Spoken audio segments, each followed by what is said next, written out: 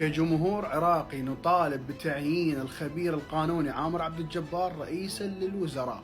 مستعدين أن نجالسكم ونناقشكم ونحاوركم ونثبت لكم أن ما نمتلكه غير موجود عندكم،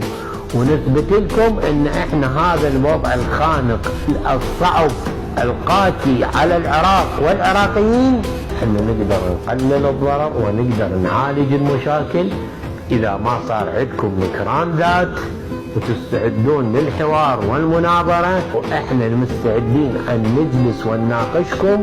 لأن إحنا نمتلك الإمكانية، لعله تقتنعون بتشكيل حكومة مهنية إذا توافقون، لأن إحنا في برنامجنا قايلين أما نشكل حكومة مهنية برئاستنا وإحنا نتحمل مسؤولية كل مشاكل العراق خلال خطة 50، أو تتشكل حكومة مهنية وطنية برئاسة غيرنا ومستعدين أن نشارك بها ونساهم ولكن نتحمل مسؤولية القطاع المكلف به، أو إحنا نروح للخيار الثالث إذا أصريتوا على حكومة محافظة إحنا نروح إلى المعارضة، والمعارضة البناءة، إحنا ليس متربصين. فلذلك هذه دعوة لجميع زعماء الأحزاب الفائزة ضمن الكتلة الأكبر عدد، ندعوكم إلى نكران الذات وندعوكم إلى الحوار وندعوكم إلى المناظرة وندعوكم إلى الإصغاء، ونحذركم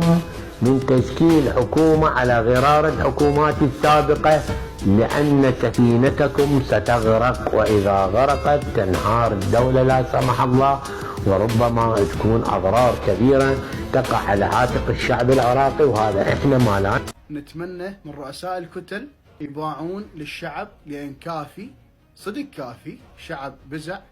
العراق تعب، ديون، العراق انباع تفصيخ، نريد إنسان نزيه. فباعوا للشعب وباعوا للعراق، نريد إنسان نزيه ولقينا هذا الإنسان نزيه. نتمنى إنه رؤساء الكتل والأستاذ فائق زيدان المحترم إنه